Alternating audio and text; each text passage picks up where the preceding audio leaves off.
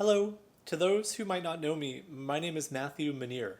I'm a student of the Electronics Technician Certificate Program here at the University of the Frasier Valley in Chilliwack BC. As part of my program, we're required to demonstrate our ability, intuition, and understanding of electrical theory by means of a large project to which we have called our Capstone Project. For this project, my initial goal was to create a small handheld computer based around the Raspberry Pi compute module. The idea of building a PCB carrier board to embed a Linux computer just seemed fascinating, and it was something that I wanted to start looking into producing. All in, this idea would have created a small handheld, not much larger than a phone, albeit quite a bit thicker, similar in aesthetic to an old BlackBerry, having a screen on top, a keyboard on the bottom, with a small roller ball in between. However, the more that I started looking into building this, the more I realized I was in a bit over my head. I went ahead and ordered a Raspberry Pi Compute Module 4 and a breakout board so that I could study how things were made. And I could not believe just how tiny all the surface mount components were. Not only that, the high density data connectors that are used to connect the compute module crammed 100 pins within the footprint about an eighth the size of my pinky. That's just tiny. When researching to see just how these microscopic components are assembled and soldered, I realized that I would likely need a microscope, a lot of patience, and a good quality reflow oven. Ironically, I ended up using even smaller components in the end of my project, much to my current dismay. As such, I figured I would have bit off a bit more than I could chew, so I started looking at other options. And when looking at other ideas, I wanted to look into something that would be useful in my own life, and figured what better way to do this than to try to incorporate my two favorite hobbies: analog photography and darkroom printing. So I started to research different things that would somehow include both electronics and the realm of analog photography, when I stumbled on the idea of masked photolithography, a process that's used in the manufacturing of semiconductors and some printed circuit boards. This process involved taking a mask, inserting it into a machine that projects a reduction of the mask onto a light-sensitive surface. This process typically uses ultraviolet light, which, when it hits a coated surface that's sensitive to it, chemically changes the surface, allowing you to develop an image from the mask. This is nearly identical to how you go about printing in a darkroom, except in a darkroom you're typically making enlargements as opposed to reductions of your negative or mask. For both of these processes, the most two crucial components are a timer that's able to turn on the light source in a precise, consistent, and repeatable manner, and the light source itself. I had found my project. So now that I had found a suitable project to start with, a power switching timer and an LED-based light source, I started to spend some time researching on how I can go about making this. I realized fairly early on that building both a timer and a light source might be a bit much, and so I decided to focus primarily on the timer section of the project. If I had enough time to build a UV light source, that would be great. If not, it'll be a fun summer project for later. The first step to building a digital timer is to think about what is needed to keep time. What's needed is some kind of clock signal to which all other components can work off of. I had recalled from my data logic class last semester that the 555 timer IC is commonly used in various circuits to provide a clock signal, and so this is where I had started. The first place to spend some time researching an unfamiliar IC is the datasheet. Texas Instruments is the primary manufacturer of this IC, and I believe the designer of the 555 as well, and so I started there. It was in this datasheet that I had found an example circuit of the 555 timer operating in astable multivibrator mode, meaning the circuit is not stable in either the high or low state, which means it continually switches from one state to the other. This allows the 555 timer to essentially create a continual on and off pulse, which is ideal for what I was looking for. The datasheet described that we could change the values of resistor 1 and resistor 2 along with capacitor to change both the frequency that it pulses on and off, as well as the duty cycle, meaning the ratio in which the signal is high versus low. We can see that in this case, the frequency of the timer is 1.44 divided by resistor A plus 2 times resistor B multiplied by C. And the duty cycle is resistor B divided by resistor A plus 2 resistor B. I happen to have a 100 microfarad capacitor in my toolbox, and so I substituted that value for C and then started playing around with different RA and RB values until I had a frequency as close to 1 Hz and a duty cycle as close to 50% as possible. Now that I had the correct values, I went ahead and threw a 555 timer on a breadboard and started to build out the example circuit found in the datasheet. I added an LED to act as its output, and 5 volts and ground for the power inputs, and it came to life just as I had expected. I used a stopwatch to see how close the frequency was to 1 Hz and was disappointed to see it was actually fairly off. It was close to 1 second per cycle, but not quite where I had wanted it. This turned out to be a bit of a challenge, as most electrical test equipment is not designed to count frequencies under 10 Hz. And as such, I could not get an accurate enough reading from the frequency counters we had on hand.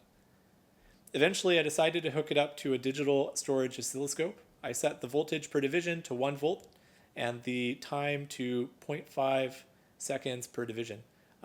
This would allow me to match the positive and negative alterations of the clock signal against the divisions on the oscilloscope itself. And to my dismay, it was way off. To rectify this issue, no pun intended, I grabbed a couple of 10K ohm potentiometers from the parts room so that I could dial in the correct frequency and duty cycle. And with this, I was able to get a clock signal fairly close to the 1 Hz and 50% duty cycle I was looking for. Now that I had a working clock signal, it was time to try and figure out the rest.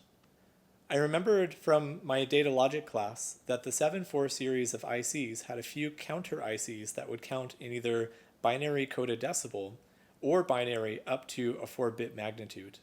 And this seemed like a great start. And sure enough, we had a 4-bit synchronous up-down presettable binary counter, in other words, the 74HC193N, and it was in stock in our parts room. So I went ahead and grabbed a couple of those and started researching. This seemed like a great start, as I figured I could preset these to count to a specific number, and then it would tell me when it gets there. That's exactly what I was looking for. So I went ahead and I studied the data sheet, and unfortunately there were no example circuits in this one, and so I was a bit on my own. But it seems simple enough. If I supply a clock signal, power, and I/O, then it should do the rest, right?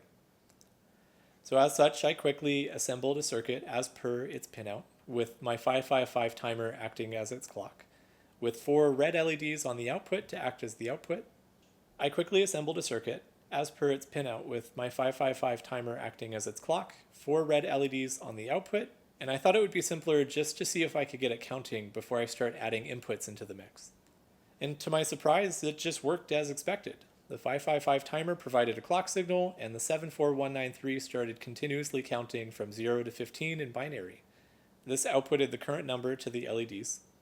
When I gave the reset pin plus 5 volts, it would reset to 0 and then start again. So this was great. This is working just as I had hoped. Now that I had a working counter, I went ahead, killed the power, added a set of dip switches to my board, which should allow me to give plus 5 volts to the pins A, B, C, and D as a representation of my binary number input. I gave it power, fully expecting it to work because it was working just fine earlier, but now all of a sudden it just didn't. I spent a good couple of days trying to probe around, messing with different configurations, and I just could not get the 74193 to count to a desired number. Even if I did, I had no idea how I would get an output signal from it. Looking back at it in retrospect, I realized I probably just needed pull-down resistors, as it was likely the IC had a hard time determining the logic high versus logic low on the input side due to leakage current within the IC itself. I was a bit frustrated that this wasn't working, when I remembered there was a type of IC we looked at in our data logic class called a comparator, and sure enough, we had one in the parts room, a 74HC85, which is a 4-bit magnitude comparator. This IC would allow me to compare a 4-bit binary number to another 4-bit binary number. And this IC had 3 output pins. A is less than B, A is equal to B, and A is greater than B. When one of these states were true, then that pin would have a logic high signal on the output, and the others would all have logic low. This was great news, as I could keep my counters just as counters, and when they counted up to my inputted number, the 7485 would say that A is equal to B, triggering a high logic output for that clock cycle.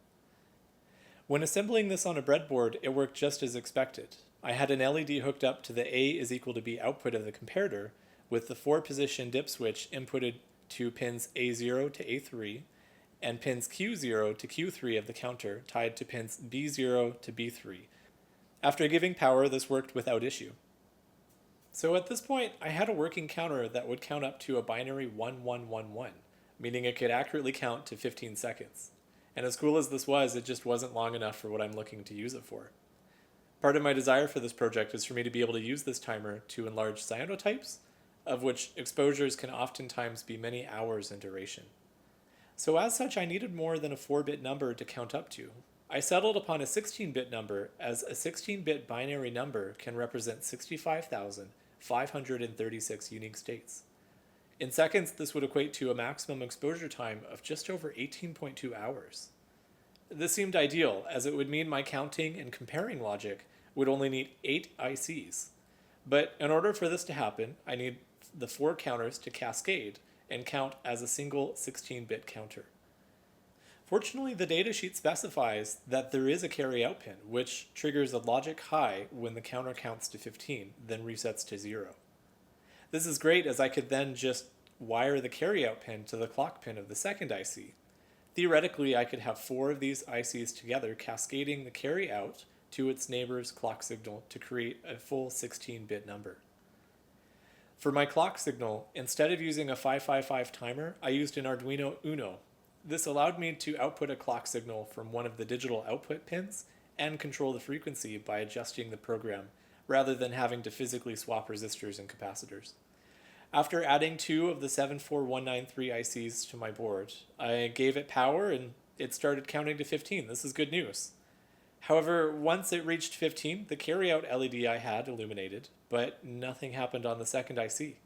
This was incredibly frustrating, as so far the core design of this timer assembly required that these ICs must be able to cascade. It was back to the drawing board for a bit. Fortunately, my professor Trevor had suggested that I take a look at the 74HC93E, a 4-bit binary ripple counter. It has a similar function, but it's quite a bit simpler, as it does not have the ability to preset a number to count to. The core logic within the 7493 is really quite simple. It's just a series of 4 JK flip-flops, cascading into each other with coupled reset pins combined with an AND gate. This IC was also designed to be cascaded by simply having the Q3 output pin coupled to the clock input pin on the neighboring IC. So I went ahead and gave these ICs a try in the same configuration as before, with the wiring adjusted to reflect the new IC pinout, and thankfully it worked as expected. However, I still had to figure out how to cascade the comparators, but I figured this would be a bit easier, as I could easily send the output of each of them to the input of a 4-way AND gate. And in this case, if I were not using my full number magnitude, any numbers would be low on both the input and the comparator, allowing for the comparator to output a high even if that section is sitting idle. I knew I had a good start for my clock, counting logic, and comparing logic, and so I just needed a way to tie this all together. In my original plan, I would have the 2 outputs on the timer. One would be high when the timer is inactive, allowing for a safe light to be turned on. The other output would only be high when the timer is running to activate the light source, UV or otherwise. This would easily be accomplished with a JK flip-flop, as most JK flip-flops have 2 outputs, Q and not Q, and they will hold the triggered output state until told otherwise. However, I still needed a way to trigger the JK flip-flop though, and this I thought could be an OR gate, as the JK could be flipped by either pressing a button to start the timer or by reaching the desired number, indicating the exposure has finished. In addition to this, I added an AND gate on the outputs of my comparators, so they would all need to be high in order for it to trigger the OR gate. This all seemed fairly straightforward to add to my breadboard, and so I went at it, wiring everything as per each IC's pinout specified by the datasheets. And after it was assembled, I added power, expecting for everything to work, when of course it didn't. All the LEDs were flashing inconsistently and in a way that I did not expect. I assumed it was an issue with my wiring, and so I spent a couple of days poring over it to make sure each wire was going to the right spot. And by this point, my breadboard was looking more like spaghetti than anything else. My professor Trevor came to the rescue again by noticing I had no pull-up and pull-down resistors, and suggested that I should make sure to add them and to ground any unused connections. I arbitrarily grabbed a handful of 1 kilo ohm resistors and tediously added them to each input and output with the hopes of fixing things. I went ahead and powered it on again, and to my frustration, it still did not work. When looking at it a bit further, I did notice it was at least showing a repetitive pattern, and so something must be working, but thinking I just had an issue with the pinouts, I went back to the datasheets and double-checked everything again. Everything seemed good there, however, I noticed the datasheet did specify the minimum logic high and low voltages for each IC. And so I went ahead and probed the logic pins and noticed that my logic low pins were typically between 1 and 2 volts, which is way above the maximum 0.7 or so for most of the ICs I had. On my desk, I happened to have a 10 kilo ohm resistor just sitting around, and so I threw that on one of the input pins in a pull-down configuration and found the logic low voltage dropped to about 0.2 volts. Realizing this was likely my issue, I went ahead and replaced all of my pull-down resistors with 10 kilo ohm ones, and thankfully that fixed everything. Now that it was fixed, I could input a number between 0 and 255, and my logic would happily count up to whatever number I chose, and then it would let me know when it got there, switching both Q and not Q outputs on my JK flip-flop. It worked. Up until this point, I'd been powering everything from my benchtop power supply, and so I thought it would be best to start working on a power supply to power it all. I recalled from my solid-state devices course that the standard parts of a power supply are the transformer, which steps the AC voltage from a wall into something a bit more workable. This would feed into a system of diodes to rectify the voltage from AC into DC, which is typically smoothed with a capacitor and then fed into a voltage regulator to provide a very clean DC output. For the transformer, I happen to have a 120 volt to 12 volt AC transformer, and then I grabbed 4 SN4007 diodes to create a full bridge rectifier, which essentially moves all of the negative alterations from an AC waveform into DC or positive. Because there's points of a cycle in which no voltage is present, a capacitor is added to help act as a buffer. This takes advantage of the capacitor's ability to act as almost like a temporary battery. And this is commonly called a smoothing capacitor. I fed this into a 5 volt voltage regulator that gave me a clean 5 volt on the output. After hooking my power supply up to my breadboard, I turned it on and it powered everything without issue. I sat and watched it for a little while until I started to smell a bit of a burning smell. The voltage regulator was so hot it started melting one of my wires. I quickly turned everything off and then realized that the regulator was dropping some serious heat.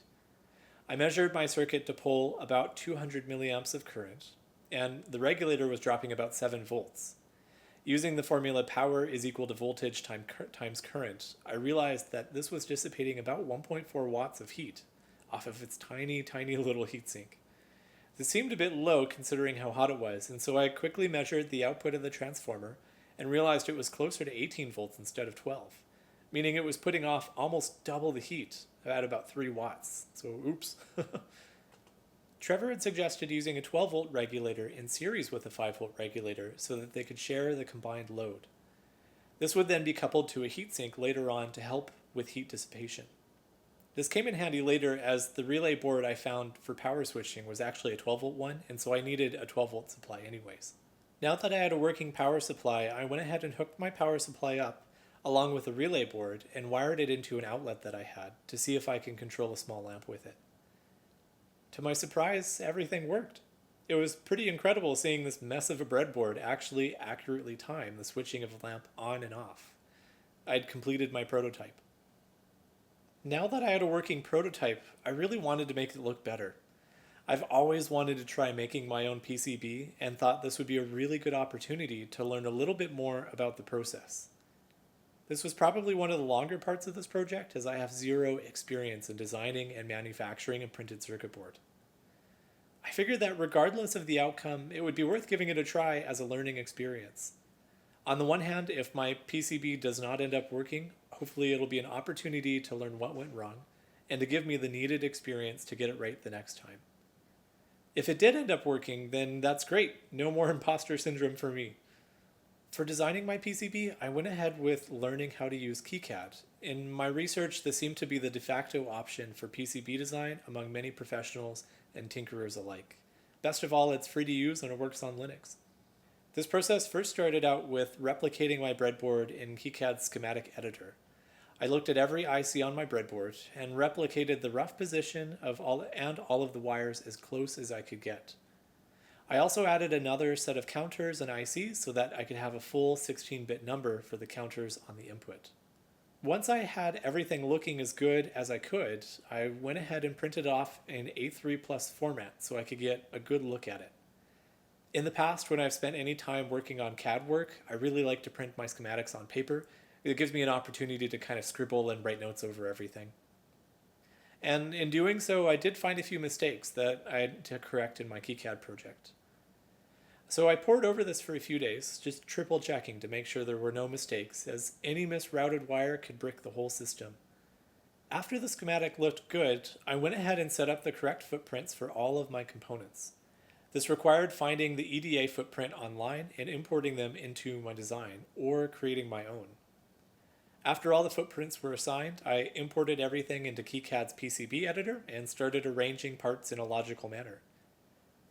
KiCad shows what's called the rat's nest, which is a visual way of seeing what parts connect to what and where.